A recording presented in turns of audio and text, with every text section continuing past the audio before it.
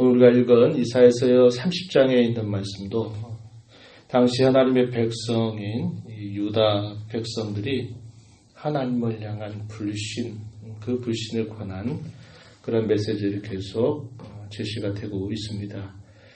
우리가 읽은 1절부터 17절 내용에서는 당시에 유다 백성들이 처해져 있는 역사적인 그런 현실들을 바탕으로 해서 하나님 대신에 애굽 나라를 바라보고 의지하는 그들의 태도에 관하여 하나님께서 그들에게 징계가 임할 것을 말씀하는 그런 내용들이 나타납니다. 그런 가운데서 하나님께서 남은 자들에 관하여서 말씀해 주시는데 그 내용이 우리가 읽은 17절 마지막 부분입니다. 너희 남은 자가 겨우 산꼭대기의 깃대 같을 것이고 산마루 위에 깃이 같을 것이다. 이 말은 소수의 남은 자들, 그러한 자들이 결국은 남을 것이고 다 하나님의 그런 징계 아래 놓이게 될 것에 관하여 이야기하고 있는 말씀의 내용이고요.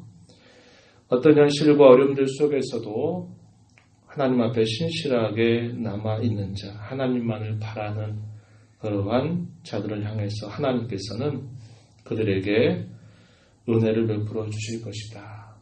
기다리는 자에게 하나님께서 귀한 복을 더해 주실 것이다. 한 그러한 내용이 18절부터 마지막 절까지 또 길게 소개가 되고 있습니다.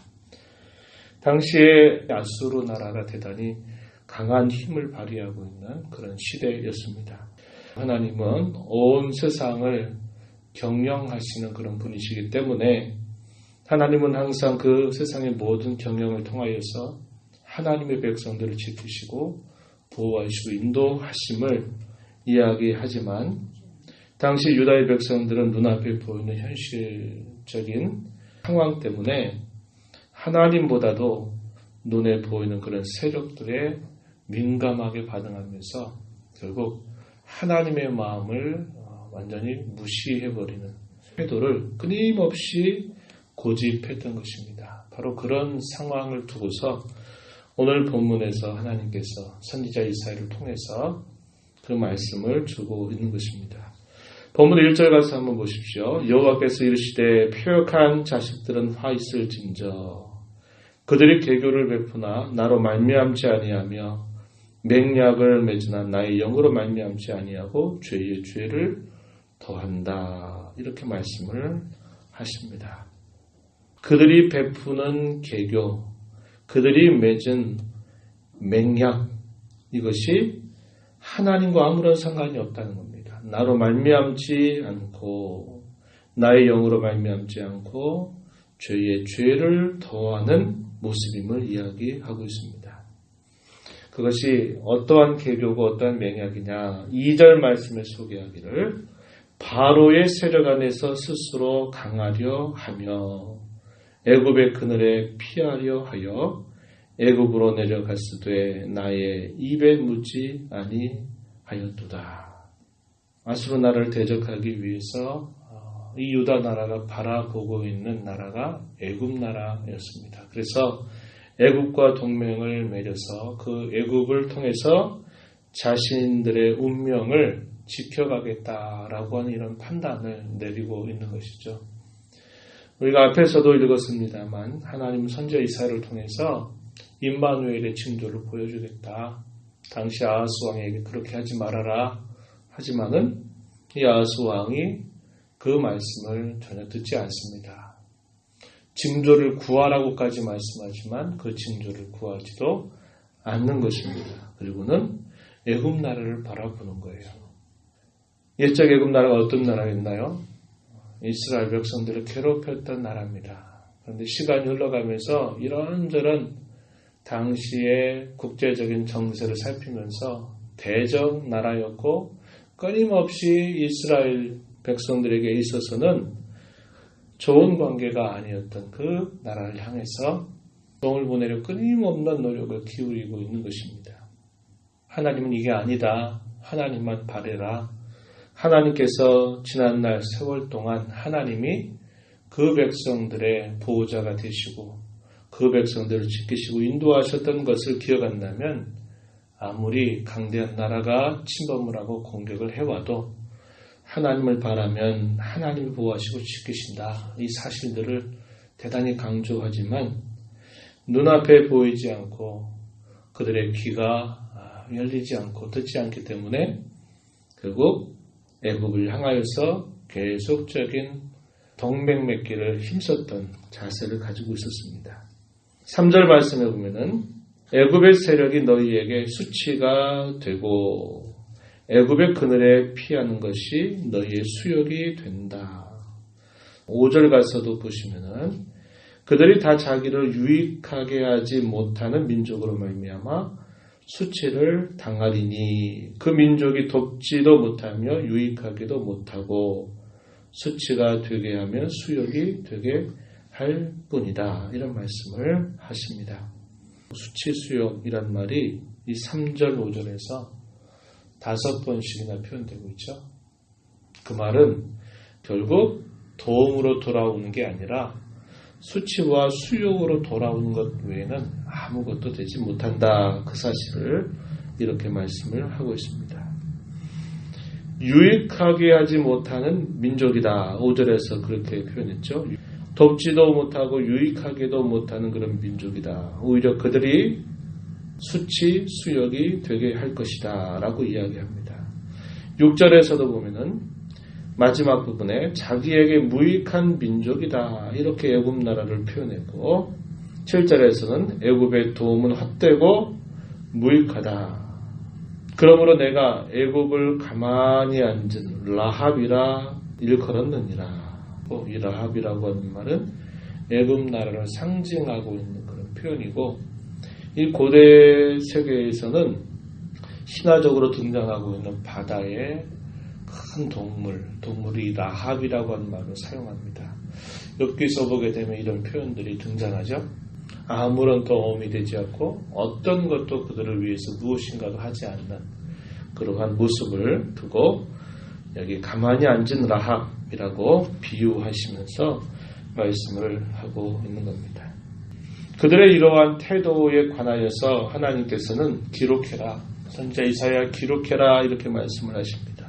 8절 말씀 이제 가서 백성 앞에서 서판에 기록하며 책에 써서 후세에 영원히 있게 하라.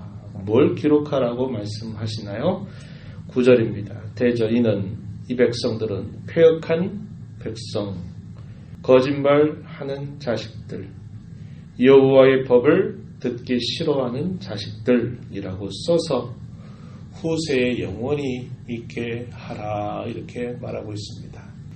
북조 이스라엘 나라의 역사를 바라보고 남조 유다 나라의 역사를 우리는 열왕기서 혹은 역대서를 통하여서 우리가 보게 됩니다. 보게 되는데 결국 그들의 왕이 바뀌는 그런 모든 일들이 하나님을 향한 반역과 다 관련이 되고 있다라는 것을 우리는 기억하죠. 그래서 분열 왕국의 역사들은 결국 반역의 역사, 실패의 역사라고 하는 것을 성경에 있는 모든 사람들이 그걸 다 보고 깨닫는 거죠.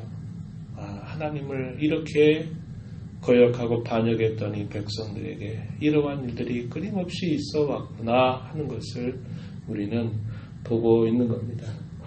거짓말하는 자식들, 이 말은 무슨 말일까요? 입술로는 나를 공경하고 존경하는 것처럼 보이나 마음으로 내게서 멀도다. 우리가 어제 읽었던 29장에 있는 말씀 중에 그런 말씀이 있죠. 그들의 고백과 그들의 실제적인 모습이 전혀 다른 방향으로 가고 있는 겁니다. 같은 방향을 따라 가는데 부족해서 연약해서 쓰러지는 게 아니라 입술로 하나님 앞에 그렇게 말하는데 그들의 마음은 180도 다른 그런 마음가짐을 가지고 있는 것을 말하는 겁니다.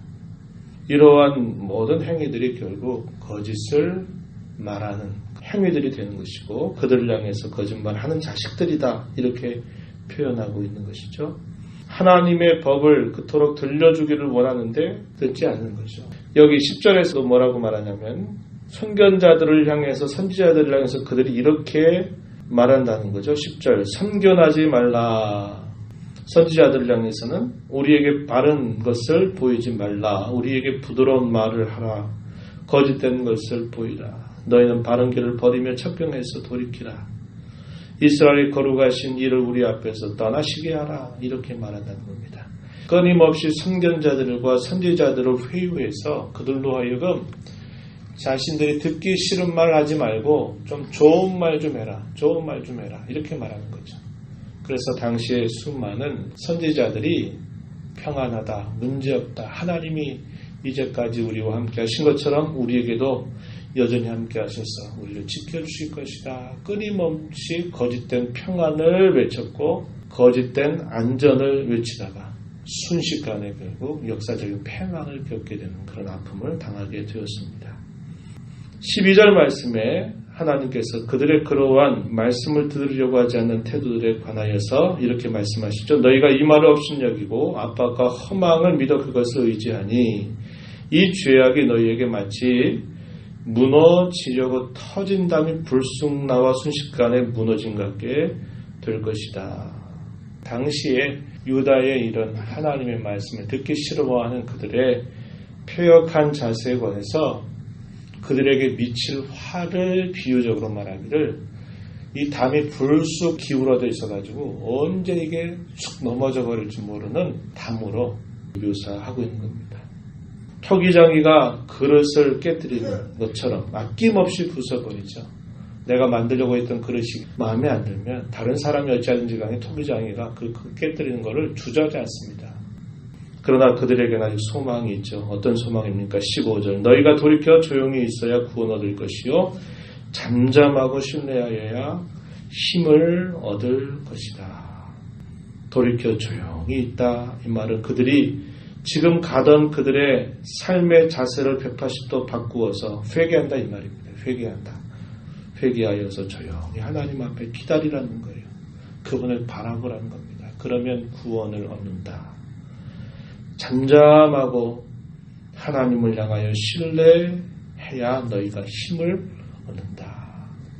여전히 기회는 남아 있는데 그 백성들의 태도는 완고하여서 끊임없이 고집하게 되어 마침내 아까 우리가 봤던 17절 마지막에 보니까 결국 그들에게 남은 자들은 산꼭대기 깃대처럼 남을 것이고 산마리 위에 깃발처럼 남아 있을 것이다. 아주 소수만이 그렇게 해서 하나님의 구원을 경험하게 될 것에 관하여 이야기하고 있는 것입니다. 이 이야기가 결국 오늘 우리에게 뭘 가르쳐 줄까요? 하나님만 바라보라는 거죠. 하나님만 신뢰하라고 하는 겁니다. 우리의 눈과 마음이 보이는 대로 들리는 대로 마음이 느껴지는 대로 가지 말고 하나님의 말씀 안에 거하고 그분의 말씀 안에 피하는 것이 우리가 구원을 받은 자로 살아가야 할 길임을 분명하게 강조하고 있는 겁니다. 우리의 삶의 다른 어떤 것들이 우리의 피난처나 보호자가 되지 않는다고 하는 것을 끊임없이 기억하십시오.